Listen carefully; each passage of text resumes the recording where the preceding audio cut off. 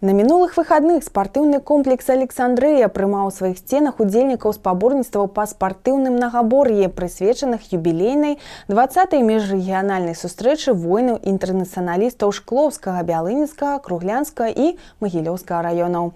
Усе падрабязнасці ў нашым матэрыяле. 4 каманды з 4 раёнаў вобласці прыехалі ў аграгарадок Александрыя для таго, каб у чарговы раз сустрэцца і вырашыць, хто ў гэтым годзе годны звання лепшай каманды воінаў-інтэрнацыяналістаў. Атрымаўшы словы падзякі і віншаванняў ад гасцей мерапрыемства, удзельнікі каманд пачалі выкананне спартыўных спаборніцтваў. Стральба з пнеўматычнай вінтоўкі, крос, узняцце гіры, чаўночны бег і плаванне. У такіх відах спорту спаборнічалі воіны-інтэрнацыяналісты. Спаборніцтвы праходзілі ў выглядзе эстафеты, выконваліся на час і патрабавалі добрай спартыўнай падрыхтоўкі і сіл. Немалаважнае значэнне мелі правільная расстаноўка удзельнікаў і ўменне дзейнічаць у камандзе. У выніку пераможцамі спаборніцтваў па спартыўным многабор'і стала команда Бялынінскага района. Большинство мы встречаемся, как говорится, не так в спортивных мероприятиях, чтобы пообщаться с своими боевыми товарищами, которым поделиться успехами,